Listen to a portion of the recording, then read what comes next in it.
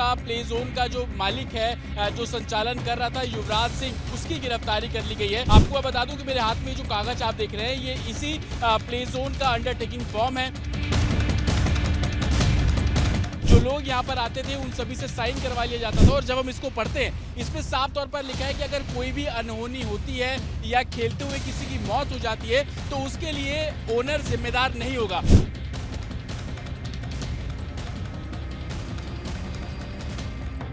गुजरात जो कि एक ड्राई स्टेट है, जब हम ऊपर पहुंचे तो हमें ये नजर आया कि यहाँ पर एक शराब की बोतल साफ तौर पर पड़ी हुई है, पानी की बोतल्स यहाँ पर पड़ी। खड़ा होता है कि सबसे पहले कि गुजरात जो कि एक ड्राई स्टेट है वहाँ पर शराब की बोतल का मिलना सबसे बड़ा सवाल। ये किड्स एरिया है, यहाँ पर बच्चे खेलने आते हैं तो उस किड्स एरिया की छत पर जो दूसरा स्ट्रक्चर बना हुआ है वहाँ पर शराब की बोतल का मिलना कई और तरफ इशारे कर रहा है।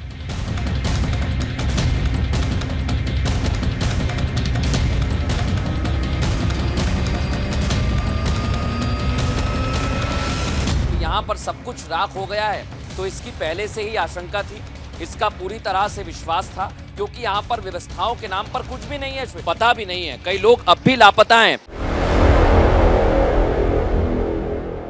सरकार ने इसमें सबसे पहले एसआईटी का गठन कर दिया है। एसआईटी अब इस पूरे मामले को इन्वेस्टिगेट कर रही है और इस पूरे किड्स जोन का प्ले जोन का जो मालिक है, जो संचालन कर रहा था युवराज सिंह, उसकी गिरफ्तारी कर ली गई है और उसके साथ कुछ स्टाफ को डिटेन किया गया है जिनकी संख्या तकरीबन 10 के आसपास है। आपको मैं बता दूं कि मेरे हाथ में जो कागज आप देख रहे हैं ये इसी प्ले जोन का अंडरटेकिंग फॉर्म है। जो लोग यहाँ पर आते थे उन सभी से साइन करवा लिया जाता था और जब हम इसको पढ़ते हैं इसमें साफ तौर पर लिखा है कि अगर कोई भी अनहोनी होती है या खेलते हुए किसी की मौत हो जाती है तो उसके लिए ओनर जिम्मेदार नहीं होगा। हालांकि जब हम इन्वेस्टिगेट करते हुए इसी किड जोन की छत पे पहुंचे तो हमें जो तस्वीरें दिखी वो मैं आपको भी दिखाना चाहता हूं। गुजरात जो कि एक ड्राई स्टेट है, जब हम ऊपर पहुंचे तो हमें ये नजर आया कि यहाँ पर एक शराब की बोतल साफ तौर पर पड़ी हुई है, पानी की बोतल्स यहाँ पर पड़ी हुई है। अब सवाल ये खड़ा होता है कि सबसे पहले कि गुजरात जो कि एक ड्राई स्टेट है वहां पर शराब की बोतल का मिलना सबसे बड़ा सवाल, और दूसरा सबसे बड़ा सवाल कि ये किड्स एरिया है, यहाँ पर बच्चे खेलने आते हैं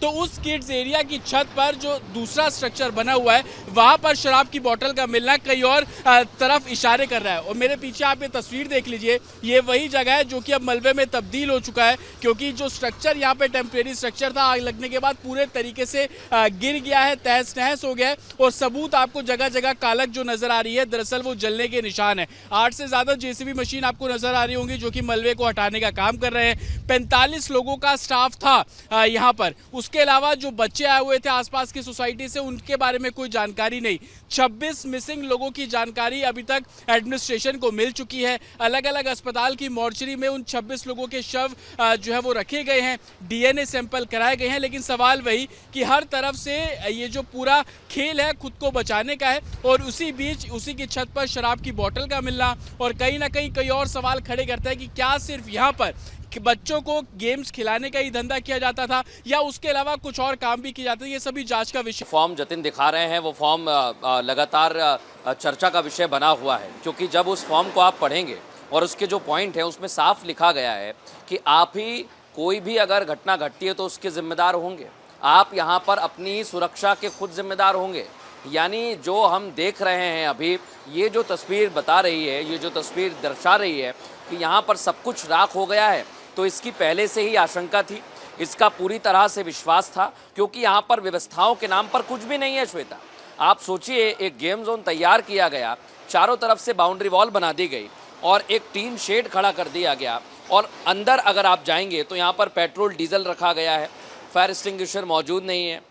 सेफ्टी का कोई अता पता नहीं है। आप पूरे गेम जोन को मैं घूम के आया हूँ श्वेता, मैं आपको बता रहा हूँ सब कुछ राख हो गया है, लेकिन उसके पहले जो तस्वीर दिखाई दे रही थी वो भी ये सवाल खड़े करती है कि आसपास कुछ भी नहीं है। सेफ्टी के नाम पर लोगों को ठगा गया, लोगों को धोखा दिया गया और उसी का नतीजा है कि आज कई सारे बच्चे, कई सारी मासूम जिंदगियां इस आग की लपटों के बीच जलकर राख हो गई हैं, जिसका हमें पता भी नहीं है। कई लोग अब भी लापता हैं। हालांकि हमारी कोशिश यही है श्वेता कि हम यहाँ पर जाएं, कुछ लोग हों जो परिवार वाले हों, क्योंकि कई सारे ऐसे लोग हैं जिनका अभी कोई पता नहीं लग पाया है। जिन लोगों के शव बरामद किए गए हैं उनकी जांच डीएनए के जरिए होगी। जो लोग मिसिंग हैं उनका अभी तक कोई भी परिवार वाला या रिश्तेदार सामने नहीं आ रहा है, क्योंकि हो सकता है कि 4-5 लोग अगर परिवार के हों तो वो यहाँ पर मौजूद हों, लेकिन अभी तक प्रशासन की तरफ से भी ऐसा कोई अपडेट नहीं दिया जा रहा है। इसका सीधा मतलब ये है कि अभी जांच में कई सारी कड़ियां खुलना बाकी हैं, क्योंकि लापरवाही हुई है, इससे इनकार नहीं किया जा सकता।